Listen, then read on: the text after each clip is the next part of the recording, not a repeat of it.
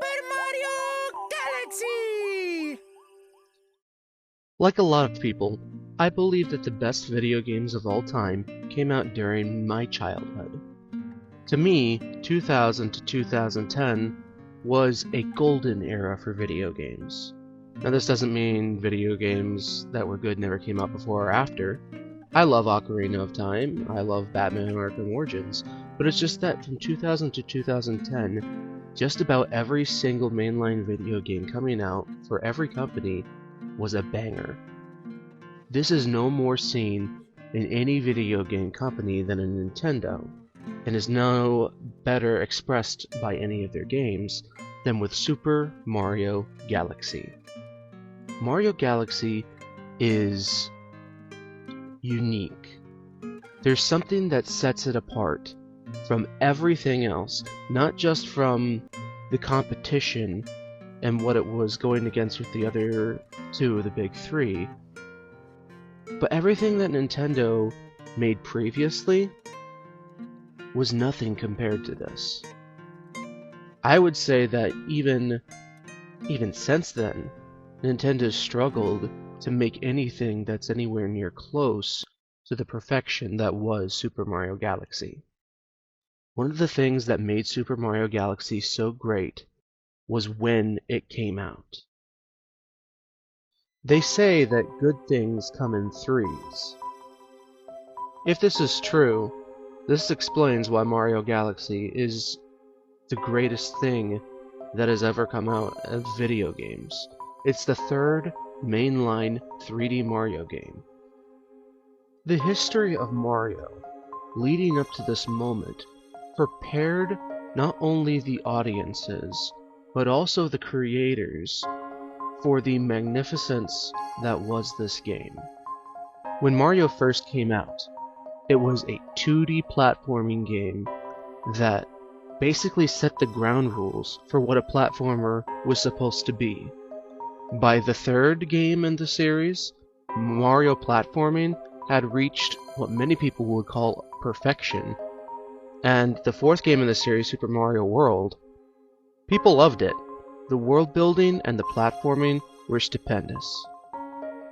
When Super Mario 64 hit the scene, it blew the world away with the way that 3D platforming was introduced, the first time it had ever been seen, at least truly. Sunshine received a bit of love and hate, being one of the more controversial games that I can think that Nintendo ever developed. Certainly there's a few obscure titles here or there, but when it comes to their mainline entries, this is one of the most divisive titles, but it did some good things for both the animation, the storytelling, and the world building. Meanwhile, Mario was going off on other adventures that not everyone knew about. Mario had dipped his foot into the RPG world. Super Mario RPG The Legend of the Seven Stars, the Paper Mario series, and the Mario and Luigi series were giving Mario fully fledged stories, something that you don't see from most mainline Mario games. This is what makes Galaxy so perfectly timed. You had everything from the platforming skills of Mario, to the perfect animations of Mario, to the perfect storytelling of Mario, all finally wrapped into one beautiful package. While I don't think that Super Mario Galaxy is the objectively best game of all time, it is my favorite.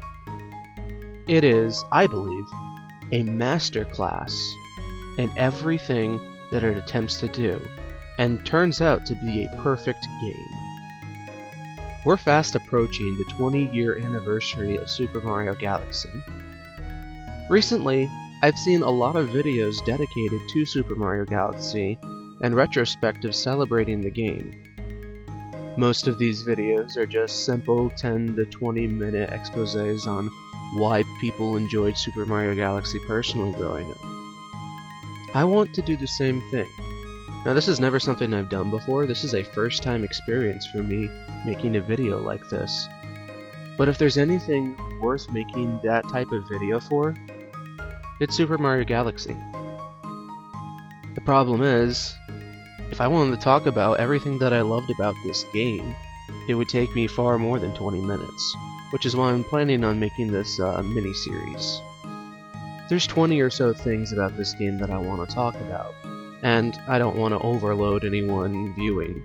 I know myself, if I turn on a video that's more than half an hour, unless I have a dedicated amount of time to sit down and talk about a certain thing, I'm not going to stick around for most of the video. I'm just going to move on to something that's shorter. I present to you today the first video essay about Super Mario Galaxy that I, Zay, am doing. I first want to talk about the atmosphere that surrounds Super Mario Galaxy.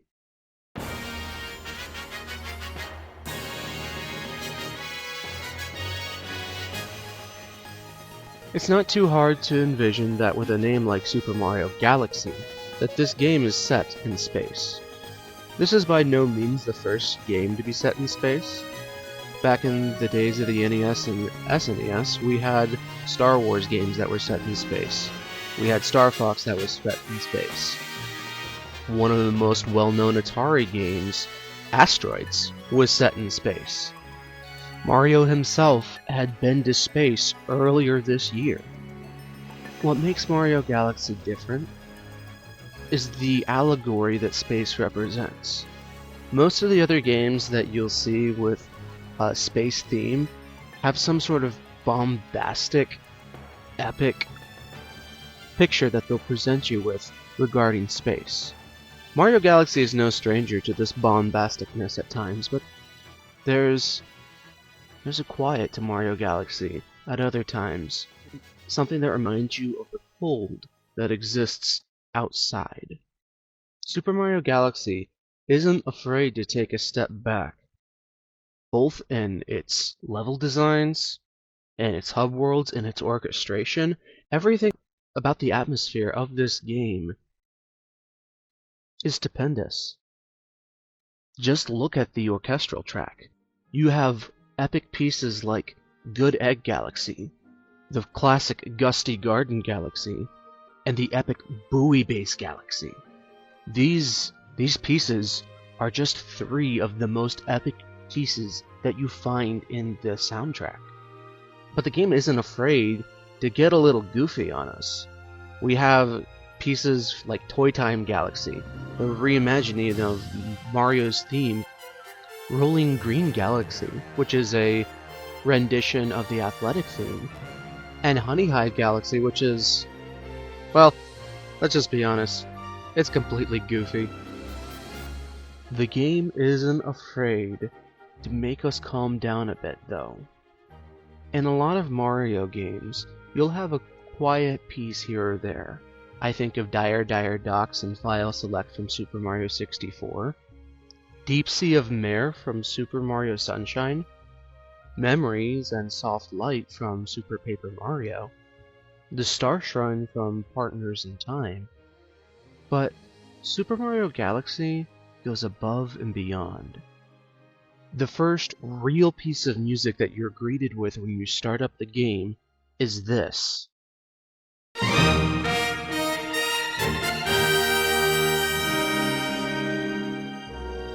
A bombastic brass fanfare. And it's followed by a gentle piano. The piano's playing a simple melody, followed by some chords, as well as this echoey synth that's playing in the background, giving it a sort of underwater, sort of outer space type of feeling. When you start up a Mario game, you expect to see the normal, which is what we do see from Super Mario Galaxy. We see Mario going to see Princess Peach, and we see Bowser coming in to ruin the day. Just another ordinary Thursday in the life of Mario, but before this all happens, and even before the Star Festival, which we can get to in a minute, we have this simple storybook telling us about the Star Festival. The piece of music that's playing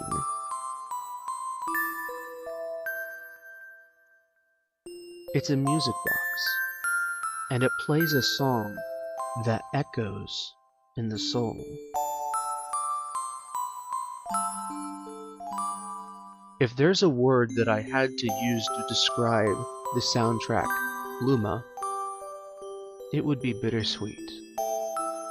It makes reading this first part of Super Mario Galaxy almost sad. Sure, Mushroom Kingdom has the star power now. Sure, it's done good things for the Mushroom Kingdom, but at the end of the day, it wasn't entirely good that Mushroom Kingdom got these stars. And this is something that we'll see a little bit later on in this retrospective of Super Mario Galaxy. A lot of people like to talk about the Star Festival. I don't really think it's as big a deal as a lot of people make it out to be, but because a lot of people seem to love it so much, I want to cover it. When Mario first appears on screen heading towards Peach's castle, he seems so carefree, so light, so happy. Sure, this is a time of national celebration for the inhabitants of Mushroom Kingdom, but this is also a special time for Mario. He's received a personal invitation from Princess Peach. Like it or not, there's always been some level of romance between Mario and Peach, and this letter, at least to a 10-year-old kid, this was a girlfriend sending a boyfriend a love letter saying, "I want to meet you during this special holiday." If you have a significant other, imagine what that kind of letter would do to your heart. That would probably elate you. And you can see that type of joy exuberating from Mario. There's not a much better way to express the joy that Mario feels than in this scene. Of course, Bowser ruins it, but he ruins it in a way that fits this absolute joy by causing this absolute panic. Bowser's not this goofy villain that has tuba music playing behind him like he is nowadays. He's a genuine threat. Mario is unable to stop him at this point, not for a lack of trying. Now, I would like to note that this isn't exactly the first time that Peach's castle has ever been stolen in this manner. A lot of people like to praise it for being that, but I do have to note that during the original Paper Mario game, Peach's castle is stolen in a very similar way. In fact, Super Mario Galaxy's beginning has a lot of similarities to Paper Mario's. The difference is the threat level. Bowser's not just talking about kidnapping a princess, he's talking about resetting the natural order, creating a new galaxy, ruling it as basically the god of it. As Mario is easily defeated, he wakes up on a unique planet. This is where we get the third quiet piece of Super Mario Galaxy, the gateway to the starry sky. Though I'm not able to pick out all the instruments with 100% clarity, I can say that the ones that I know are there are a harp, some sort of chromatic percussion, probably a marimba, and some sort of pan flute. The history of all three of these types of instruments is one of calming, soothing peace. That's what Super Mario Galaxy ultimately is about. Sure, there's grand moments of bombasticness, but there's quiet moments. There's soft, gentle moments. The gentle moments, they do several things though. Some of these gentle moments show the love of family. Some of these gentle moments show how alone we really are in this life. In the second dome, the fountain, one of the levels, the first level, is Space Junk Galaxy, and it gives us this beautiful piece of music known as Stardust Road. It's a soft piano with a synth that's very similar to the one that we heard during the opening fanfare. Everything about the atmosphere of the level it's made to be cold. The purple nebulous surroundings, making it clear that things are hazy. The trash all over the place, showing us that even things that are the most valuable eventually become forgotten and waste. Even looking at a piece like Battle Rock Galaxy, we have this quiet harmony that can be separated from the melody to create this quiet, almost thought-provoking atmosphere. In fact, thinking of some of the areas that it's used, that kind of makes sense. Sometimes when this music is playing, you're having to line something up perfectly, whether that be a shot from a cannon, aiming yourself in a sling pod. This piece of music is very contemplative. Super Mario Galaxy does this a lot. It makes you take a step back and think. Nowhere is this more apparent than in the hub, Rosalina's observatory. Now, a lot of people have mentioned how the piece of music that's played in the observatory gains grandiose with each section of the ship that's lit up. This is very true. In the first of the three pieces, we have what sounds like to me to be a glockenspiel, a flute, and a cello. Again, this piece, like several of the other pieces I've already mentioned, is meant to convey this quietness.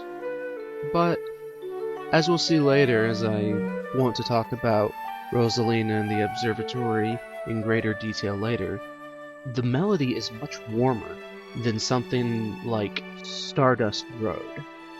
The second part of this piece of music, it reminds me of sort of like a waltz.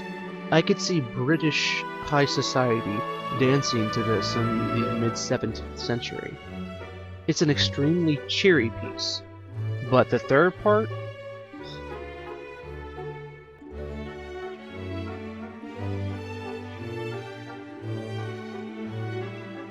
the brass comes in the beginning. You have the strings, of course, but you have some sort of flute playing again. Maybe it's not even a flute, maybe it's a piccolo.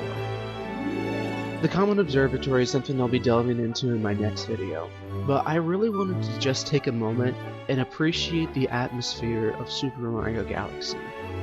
From the bombastic nature of some of the greatest moments, to some of the lows of places like Deep Dark Galaxy, Bonefin Galaxy, and Matter Splatter Galaxy. Sometimes Mario, and in truth life, is not filled with bombastic moments. Sometimes there's the normal everyday things that we all have to deal with. Mario Galaxy came at the perfect time, at the peak of what I would call the golden age of video games, and it gave us an immaculate atmosphere, showing us everything from the highest points of our life to the lowest depths.